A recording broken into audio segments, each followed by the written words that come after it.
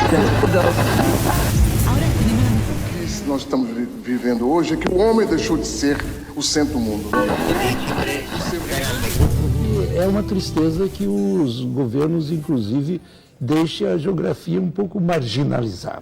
Mas o grande problema é porque o poder é monolítico e o conhecimento é frágil.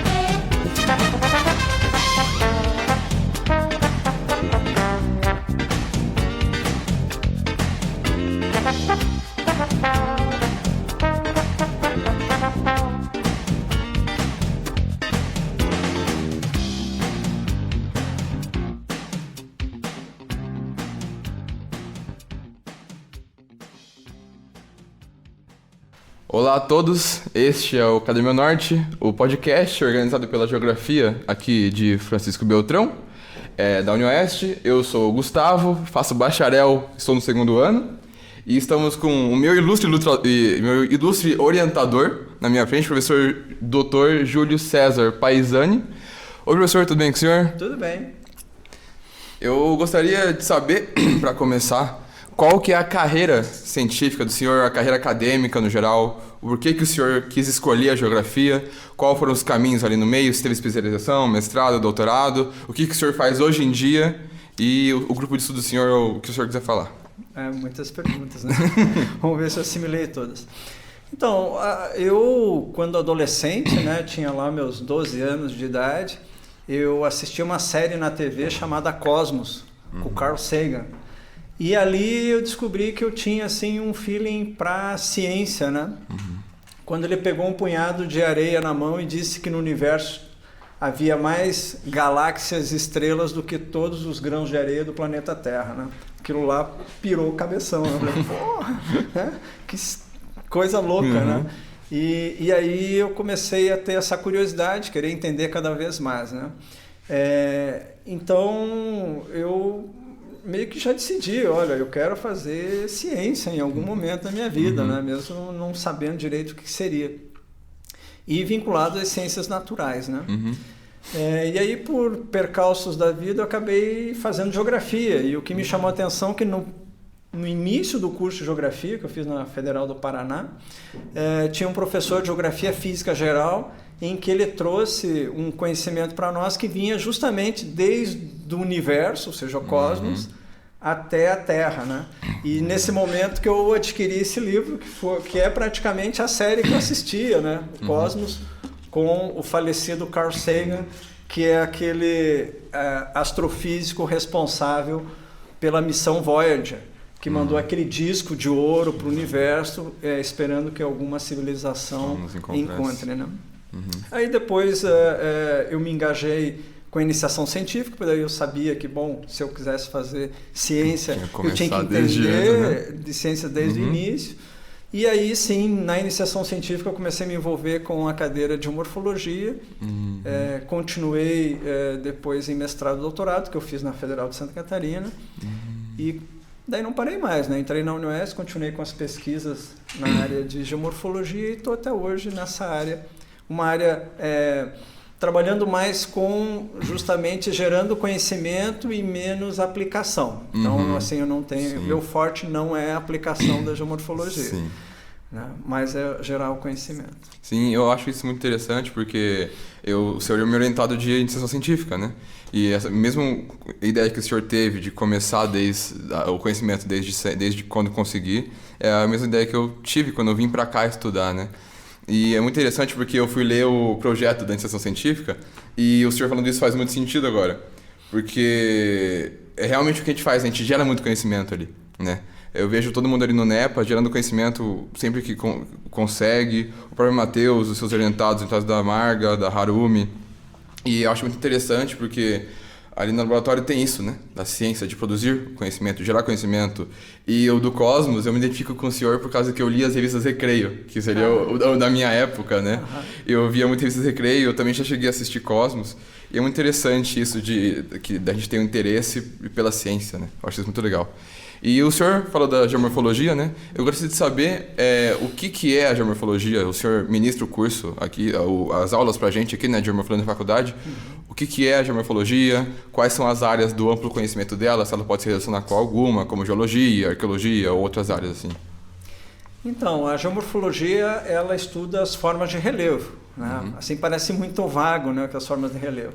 Mas as formas de relevo estão presentes muito nas paisagens. É o principal componente que a gente distingue as paisagens, né? Todo mundo gosta de contemplar uma paisagem natural, mas o que você observa mais? Você observa o relevo, né? Tem os outros componentes, claro, que em algumas situações específicas, como nas áreas glaciais, né? O glacial vai ser o principal componente natural, mas sempre vai ter o componente relevo ilustrando isso. Então a gente pega a Vila Velha, né? Você pode ir visitar a Vila Velha para uma disciplina de geologia, mas a Vila Velha são formas de relevo.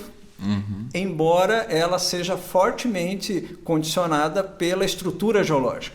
E aí que entra, então, essa interação da geomorfologia com dois campos científicos específicos. Um é a geologia, que influencia muito nas formas de relevo, e a outra, o clima, influencia muito nas formas de relevo.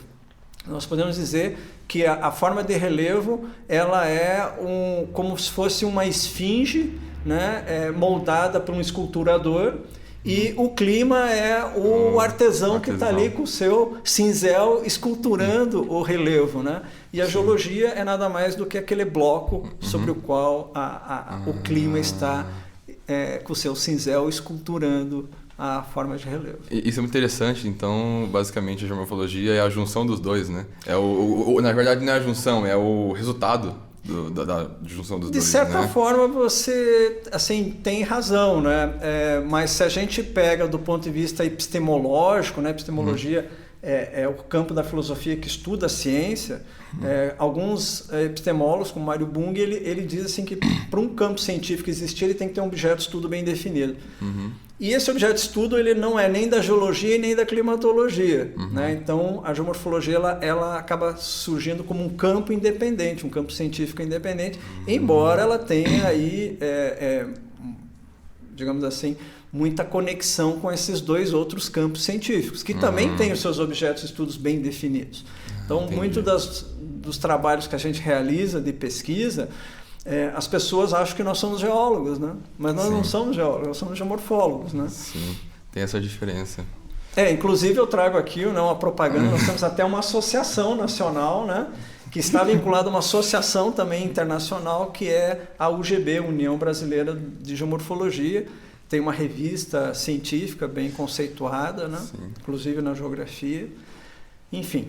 Sim, é muito interessante que esses conhecimentos foram cada vez mais organizados, né? Para cada um a sua área, mas eles não conseguem viver um sem o outro, né? Porque um acaba se baseando em alguns preceitos de usa de outros para ter a base central, né? E também uma propaganda do nosso grupo de estudos, né? Do Núcleo de Estudos Paleoambientais. E falando uma pergunta sobre o paleoambientais também, ali uma junção disso, que nosso laboratório nós temos o de micromorfologia, o de laminação e o de formações superficiais, né? Extração de fitólitos, os fitólitos também. Laminação. E eu queria fazer essa pergunta: quais são as técnicas de estudo da geomorfologia? Além do trabalho de campo, dos laboratórios, o que a gente usa para conseguir estudar a geomorfologia em si? Muito bem, né? Eu trouxe até um manual disso, né? Claro que está em língua estrangeira, né? Que seria Geomorphological Techniques. A gente usa técnicas variadas do que nós chamamos de geociências. Então, a geomorfologia, para você poder produzir um conhecimento sobre a natureza, nós estamos muito mais vinculados às geociências do que às ciências humanas, né? A gente acaba ingressando nas ciências humanas quando a gente busca fazer a aplicação desse conhecimento. Então nós usamos técnicas de laboratório, como você mesmo elencou agora, técnicas de levantamento de campo, coletas de amostras de campo e também técnicas cartográficas, né? Porque assim, um forte da geomorfologia é a cartografia. Por exemplo, um geólogo, ao ele fazer um levantamento geológico, ele precisa do conhecimento geomorfológico porque ele usa da forma de relevo para sugerir que tipo de rocha que está naquele determinado local. Então, esse é uma chave técnica do geólogo usando conhecimento geomorfológico. Então, são técnicas variadas vinculadas a geociências com destaque ao geoprocessamento. Né? Eu especificamente não trabalho com mapeamentos, então quem trabalha com mapeamento usa aí corriqueiramente o geoprocessamento. Eu acabei vendo o senhor falou de mapeamento, né, geomorfológico, que eu acabei vendo ontem mesmo, antes de ontem, se não me engano agora, sobre o Radan. Né? O Radan. Que eu fiquei perplexo, porque foram milhares de fotos na época, né? Tipo, anos 60 ali, quando o homem tinha acabado de ir para a Lua, basicamente, e que eles jogaram, né, o satélite para tirar as fotos, e eu fiquei maravilhado, porque é algo que a gente usa até hoje, né? As bases deles, né? O Brasil teve então essa pujança, né, de levantamento sobre o seu território nacional nessa época que você falou, e um dos programas era esse Radan. E é Radan porque é imagem de radar, né? Os Estados Unidos forneciam para o Brasil imagens de radar, por vezes assim tamanho A1, gigantes, né? Impressas, né? Naquela época eram impressas, e o pessoal fazia análise então do território nacional em cima dessas imagens de radar fornecidas pelos Estados Unidos. E com muito trabalho de campo, né? Então a fonte da informação, seja para o mapeamento, seja para outros estudos geomorfológicos, é fortemente determinada pelo campo. Por isso que a gente já inicia qualquer pesquisa nossa pelo campo. A gente vai a campo, né? E depois processa em gabinete ou em laboratório. Sim. O senhor havia falado um pouco antes sobre Vila Velha, né? Vila Velha. E os estudos da laminação, de fazer coleta do solo indeformado, né, para endurecer e fazer lâminas. Eu queria perguntar um pouco sobre os estudos do senhor hoje em dia, né? Que o senhor estuda o quaternário, né? Justamente. E eu gostaria de saber como o senhor faz para estudar esses paleoambientes, tanto que está no nome do NEPA, né? Paleoambiental, né? Os estudos paleoambientais. Como que são esses estudos e para que eles servem? Como que a gente pode aplicar hoje em dia? O prefixo paleo, né, ele já remete a antigo. Né? Então, tudo que é anterior à fase moderna que a gente vive, da vida moderna, a gente pode considerar como paleo. Então, ele pode iniciar aí nos últimos 2000 anos e percorrer o passado. Há uma perspectiva, né, não só nossa, mas de outros campos científicos que trabalham com o paleoclima, paleovegetação, de que se nós quisermos fazer projeções futuras sobre os caminhos que o nosso planeta ou determinada região do nosso planeta vai seguir, né, que mudanças as paisagens vão ter ao longo do tempo, a gente precisa compreender o que está sendo feito agora e o que naturalmente o planeta teve nesse passado recente. Né? Vamos considerar aí os últimos 100 mil anos. Né? Então, nós e esses grupos, a gente busca nesse passado recente informações de como que o planeta estruturou as suas paisagens, né? Para daí sim ver as interferências agora e se elas vão levar um caminho X ou Y no futuro. Né?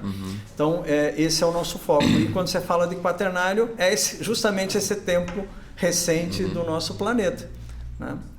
Que tem várias características. Uma delas é a nossa existência, né? O gênero Homo, ele surgiu no quaternário. Então, nós precisamos compreender melhor a nossa existência. E, claro, daí a gente tem afinidade com outros campos científicos. Um deles é a geoarqueologia, que justamente, né, busca entender não só os fósseis vinculados ao gênero Homo, mas sim as culturas desses homens, né, que hoje ainda alguns permanecem, a gente chama de indígenas, né, e alguns autores na arqueologia chamam de paleo-índios, então aqueles do passado, os paleo-índios. Então, como que eles interagiam com a paisagem, né, com o ambiente que eles habitavam. E a geomorfologia, através desses estudos quaternários, né, a gente tem contribuído muito para entender como que formam os sítios arqueológicos. Né? O sítio arqueológico ele é produto de um soterramento. Sim. Então, os processos responsáveis por esse soterramento, quais são os processos? Né? Então, a gente tem que buscar ferramentas nas geociências para tentar explicar isso e colaborar com esses pesquisadores. No geral, o que a gente busca? A gente busca entender qual foi a dinâmica da paisagem. Você olha hoje uma paisagem, né, ela parece estática, né, fortemente influenciado pela antropização, né, mas ela é produto de algo que já vem trilhando ao longo da história recente da Terra. Né? E é o acúmulo de todas as mudanças que houveram nesse grande sistema Terra, né? Então a gente tenta reconstruir isso e esse é o nosso papel no estudo de geomorfologia, né? O que a gente faz é uma geomorfologia do quaternário. Né? E aí o NEPA foi criado, né? Nós temos aí a construção de estrutura de pesquisa desde 2002, né? Então efetivada a partir de 2004, então quase aí 20 anos de estruturação que gerou esse núcleo, né? Esse núcleo, então, ele é a etapa seguinte dessa estruturação com vista nisso, reconstrução quaternária. E hoje a gente acaba atuando do ponto de vista de espacialização praticamente na região sul toda, no interior da região sul toda, sobretudo no Planalto aqui vulcânico, né? Que é a maior extensão do interior do sul do Brasil. Sim, e é muito interessante que isso que o senhor falou, de que a gente ajuda muito a encontrar esses sítios arqueológicos, né? E tanto lembra aquela conversa que a gente teve agora há pouco sobre a ajuda dos outros campos do conhecimento, né? Tanto que a gente trabalha com o Poparu, né? O Poparu é assim só para os nossos ouvintes, né? O Poparu é um projeto, né, da UNO Chapecó com o Ministério francês, que busca justamente analisar as ocupações desses, vou chamar de paleoíndios, né, os arqueólogos que me perdoem, dos paleoíndios ao longo das margens do Rio Uruguai, no seu alto curso, né? Então nós temos uma parceria com esse grupo justamente de ajudar tecnicamente, conceitualmente, a entender essas dinâmicas da paisagem e os processos de formação dos sítios. Sim. Isso é muito, muito interessante. Estudar o passado é meio que a chave para a gente entender o futuro, né? Exatamente. E isso no âmbito geral, de milhões de anos para centenas de anos, milhares, e assim cada vez mais estudar o ontem, né? E eu vi que o senhor também trouxe o seu livro, né? O livro que o senhor escreveu junto com outros autores. Justamente, né? Esse livro aqui, então, eu sou um dos editores, né? Junto com o professor Salgado e o professor Santos. Nós somos os editores e, na verdade, não é bem o meu livro, né? Não, o senhor ajudou a escrever. Exato. Tem vários autores, cada capítulo é um grupo de especialistas, né? Então, o livro The Physical Geography of Brazil, ele tenta dar uma atualizada naquilo que nós conhecíamos com o célebre professor Absaber, que seria os domínios morfoclimáticos do Brasil, né?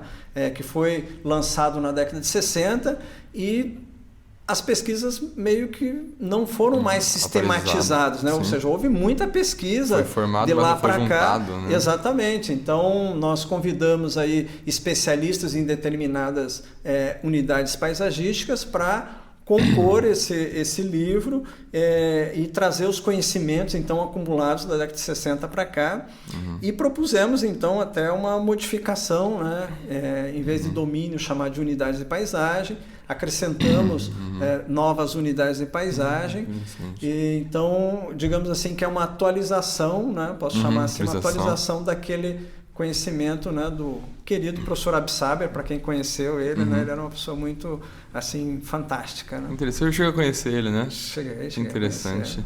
Esse livro vocês atualizam de um modo a mudar alguns ou especificar mais os que já existiam antes? Houve as duas coisas, né? Algumas foram especificadas, outras foram reformuladas, vamos chamar assim. Então, é o que nós temos de mais atual sobre esse tema, que seria das paisagens unidades de paisagens do Brasil, né? E aí ele foi publicado, inclusive, para o exterior, porque em língua estrangeira, né, na Springer, que é uma editora estrangeira, porque havia também uma demanda, né, do público do exterior a respeito de como que seriam as paisagens brasileiras, né? Saindo um pouco daqueles roteiros turísticos que as pessoas conhecem, em termos de Foz do Iguaçu, Rio de Janeiro, enfim, Nordeste, né? Ampliar a visão deles, né? Ampliar, né? Ou Amazônia, né? A pessoa pensa o Brasil, pensa em Amazônia. Não é bem assim, né? O Brasil tem aí unidades paisagísticas diversificadas, totalmente, né? E que tem também pesquisadores no Brasil que já acumularam conhecimentos e podem estar sistematizando esses conhecimentos. Então, isso aqui é a sistematização desses conhecimentos, né? Então, é um livro que, assim, do meu ponto de vista, independente da minha presença como editor, de suma importância, né? Para o que virá posteriormente. Né? E, claro, nós temos aqui, enquanto grupo de pesquisa, a participação no capítulo 3, que fala justamente da nossa região, né? Que eu tenho aquele trabalho que fica na microscopia, que é aquele banner mostrando o Planalto da Ambroflamista, né? Se eu não me engano. Que é o que o senhor ajudou o NEP ajudou a fazer, né? Esse capítulo. Eu acho muito interessante isso para ampliar para as pessoas de fora o Brasil, porque é realmente o que eles pensam da gente, né? Que é só Amazônia, Rio de Janeiro, São Paulo e olha lá. E as praias do Nordeste. E as praias do Nordeste, né? E é um país continental, gigantesco, né? Com relevos de todos os tipos, quase, né? Justamente, ele é continental, né? Tem várias paisagens, né? Inclusive os conhecimentos se sobrepõem e se somam, né? A gente tem parceria com o pessoal do Nordeste, trabalha no semiárido, inclusive estarei fazendo campo lá no semiárido, para entender dinâmicas passadas que podiam ter aqui na nossa região, né? E vice-versa, né? O conhecimento daqui pode ajudar o conhecimento dessas paisagens semiáridas, né? Ao longo da sua trajetória evolutiva.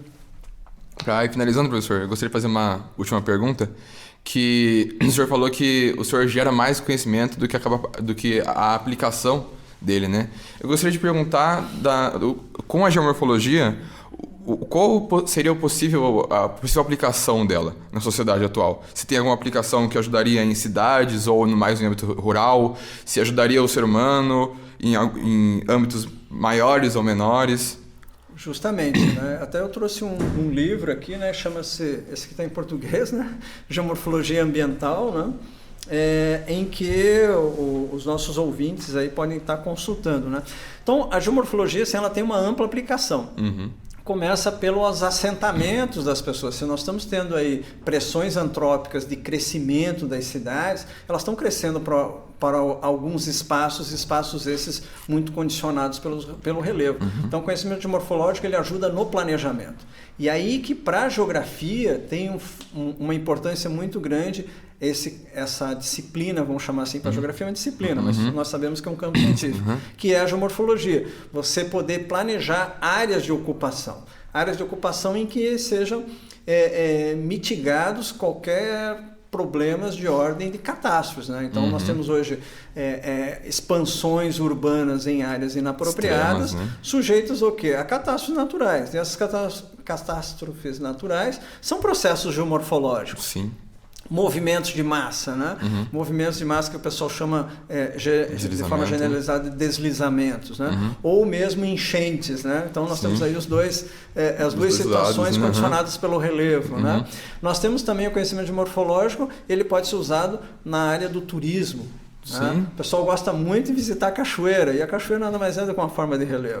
Então nós podemos fazer mapeamentos morfológicos para a área de turismo, identificando não só cachoeiras, mas também fatos geomorfológicos importantes, né? Como, por exemplo, Vila Velha. Sim. Vila Velha nós podemos dizer que é um geossítio, né? Sim. Ela é de grande interesse turístico, né? Ou mesmo Foz do Iguaçu é um geossítio, né? Então, são o quê? Influências da geomorfologia. E não só para a pessoa ir lá e contemplar, mas sim saber a explicação de como que aquilo se formou. Sim.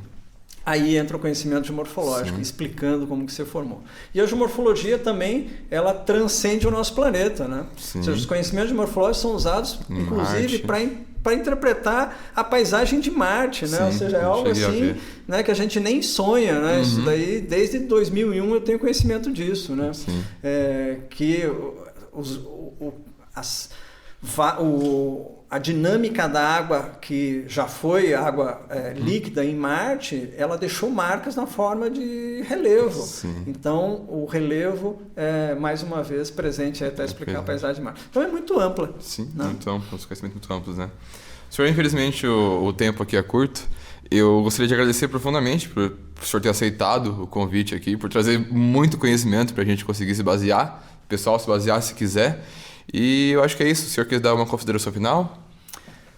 Foi um prazer, né? Agradecer o convite, assim, elogiar essa iniciativa, né? Eu acho que requer muita gente, muito trabalho, né? Eu acho que vocês estão de parabéns, sabemos que tudo isso é voluntário, né? E está divulgando não só a geografia, mas sim os campos científicos da geografia, está divulgando o nosso curso, a importância até da UniOeste, né? Para tudo isso, né? Para a sociedade, para a ciência. E então foi uma satisfação estar aqui com vocês. Bom, professor, fico muito feliz. Obrigado a todos. Esse foi mais um episódio do Academia Norte. A gente fica por aqui. Deixa o like, compartilha se puder. E é isso. Muito obrigado.